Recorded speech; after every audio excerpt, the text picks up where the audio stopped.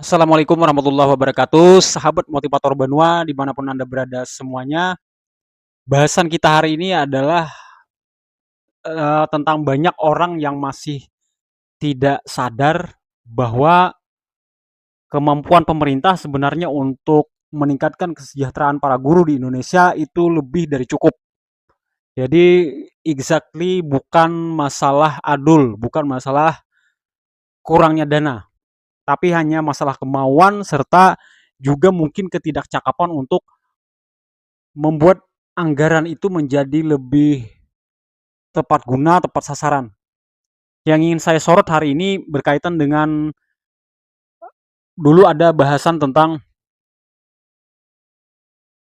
keterkaitan antara aplikasi yang dibuat pemerintah untuk meningkatkan pendidikan di Indonesia dengan masalah anggaran. Nah, walaupun kemudian itu ada dibantah oleh beberapa netizen bahwa katanya kita tidak bisa lagi menghindari kemajuan zaman, bahwa kita memang harus maju, bahwa guru-guru itu harus update, guru-guru harus bisa memainkan jari jemarinya, bisa tidak kalah sama anak-anak didik untuk mengikuti perkembangan teknologi khususnya yang berkaitan dengan aplikasi.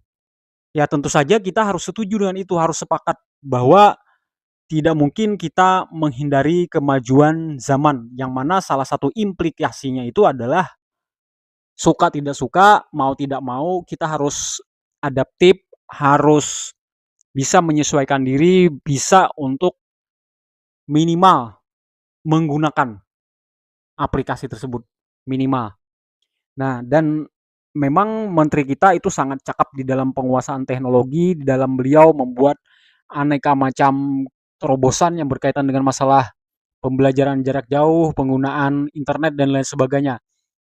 Nah, salah satu dulu yang pernah diributkan oleh DPR dan banyak kalangan yaitu tentang 400 tim bayangan dari Pak Menteri, atau 400 personal, 400 personel yang bergabung dengan Kementerian Pendidikan, yang mereka itu sebenarnya adalah anak-anak muda yang sangat inovatif, kreatif, berkumpul di satu wadah namanya itu GovTech kalau saya tidak salah ya, GovTech. Nah, itu adalah orang-orang inti dari Pak Nadiem, orang-orang eksklusif, orang-orang elit dalam hal pemikiran untuk meningkatkan bagaimana caranya sambungan internet, kemudian aplikasi yang peka zaman istilahnya, dan mudah diakses serta easy to use, mudah digunakan oleh khususnya anak-anak muda kita, para pelajar kita, mahasiswa kita, seperti itu. Juga termasuk guru-gurunya. Nah, itu yang digagas oleh Pak Nadiem dan itu memang dikerjakan, dan kita amati juga waktu ribut di DPR itu ternyata memang dananya itu sangat fantastis, yang dikucurkan itu luar biasa, bukan lagi apa namanya? Iya, bukan bukan M tapi T sudah yang mainnya di situ. Nah, jadi kita akan melihat bagaimana keterkaitan ini dengan masalah kesejahteraan guru. Nah, sekali lagi saya tidak mengingkari bahwasanya kita memang perlu dengan aplikasi-aplikasi tersebut. Namun yang jadi titik permasalahan di sini adalah pemerintah belum bisa menjadikannya sebagai ada skala prioritas di situ. Ada skala prioritas di mana saat ini ada 1 juta lebih guru yang masih belum sejahtera, masih jomplang kehidupannya, guru kaya versus guru miskin itu terjadi, dan itu menimbulkan kecemburuan sosial, menimbulkan kemalasan kerja oleh para guru ini, dan itu akan berdampak juga kepada pendidikan. Nah, bagaimanapun canggihnya teknologi, kalau gurunya yang mengajar itu malas-malasan, mereka bekerja setengah hati, nggak bisa wajahnya beriang gembira bersama murid-muridnya, ya secanggih apapun aplikasi, itu pendidikan berarti sudah belum berhasil. Nah, seperti itu. Logika yang kita pakai sederhananya seperti itu. Jadi keterkaitannya memang tidak secara langsung, tapi itu berimbas kepada kemampuan pemerintah untuk menyediakan budget serta anggaran yang tepat untuk para guru-guru yang masih terjadi kesenjangan ini. Nah, sekarang bisa kita lihat satu persatu dengan aplikasi-aplikasi tersebut. Coba kita walaupun tidak detail.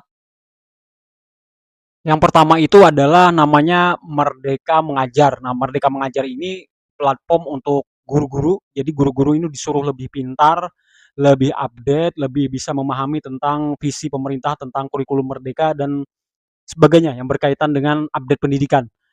Nah, ini kalau dari sisi tujuan sih menurut saya baik-baik saja, oke-oke saja, tapi yang harus kita pertanyakan adalah kalau nggak ada aplikasi itu kira-kira guru-gurunya bakal jeblok nggak nilainya kira-kira?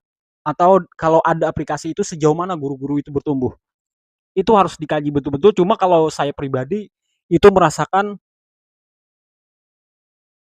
saya pun bisa dapatkan materi-materi tersebut yang ada di aplikasi Merdeka Mengajar tersebut, saya bisa dapatkan di YouTube dan di luar lah istilahnya dengan visi misi yang sebenarnya mirip-mirip saja.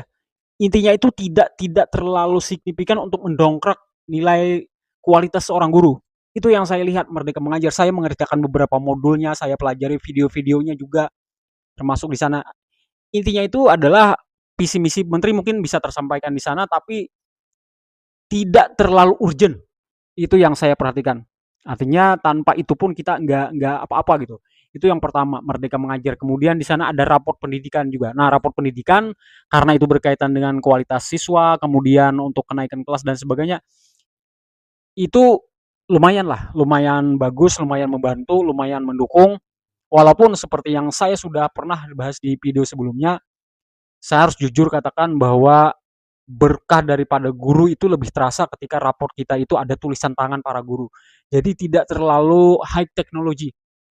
Itu yang saya perhatikan. Artinya penting-penting, cuman menurut saya masih kalah sama raport jadul. Itu yang kedua. Kemudian ada sistem Arkas. Nah, Arkas ini karena berkaitan dengan jantungnya sekolah, masalah pendanaan, masalah dana bos dan sebagainya, itu prioritas lah menurut saya itu sudah sip untuk Arkas. Kemudian ada Siplah. Siplah ini untuk pengadaan barang dan jasa semacam e-commerce ya. Barang dan jasa di situ itu berguna cuman tidak urgent juga. Kita bisa memakai aplikasi yang lain pun tanpa harus itu semua transaksi itu bisa terjadi. Nah, kemudian yang kelima itu ada Kampus Merdeka. Nah, untuk Kampus Merdeka saya acung jempol memang karena itu dibutuhkan oleh mahasiswa-mahasiswa kita untuk mereka kerjasama dengan aneka macam perusahaan untuk magang dan lain sebagainya menambah pengalaman itu oke lah menurut saya. Nah, kemudian akun belajar. Akun belajar ini yang menghubungkan dengan berbagai macam lagi platform-platform ekstra yang diberikan oleh Kemendikbud untuk anak-anak muda kita. Akun belajar. Ini juga menurut saya tidak terlalu urgent karena tanpa itu pun kita bisa mengakses program-program tadi. Nah, belum lagi kalau kita bicara SIM PKB, SIM PKB. Jadi banyak hal-hal di situ yang tidak terlalu urgent sebenarnya, cuman karena pencitraannya bagus, tempelannya bagus, ada proyek yang kelihatan di situ, seolah-olah ada kemajuan, jadi itu dikerjakan mungkin oleh Kemendikbud. Nah, kemudian saya juga mengamatinya dari sisi psikologi. Di psikologi itu kan kalau orang terlalu banyak aplikasi, mereka harus nyimpan password, nyimpan email, menyimpan username dan lain sebagainya. Itu kan kadang-kadang beda-beda. Email yang digunakan juga username-nya kadang-kadang beda-beda juga.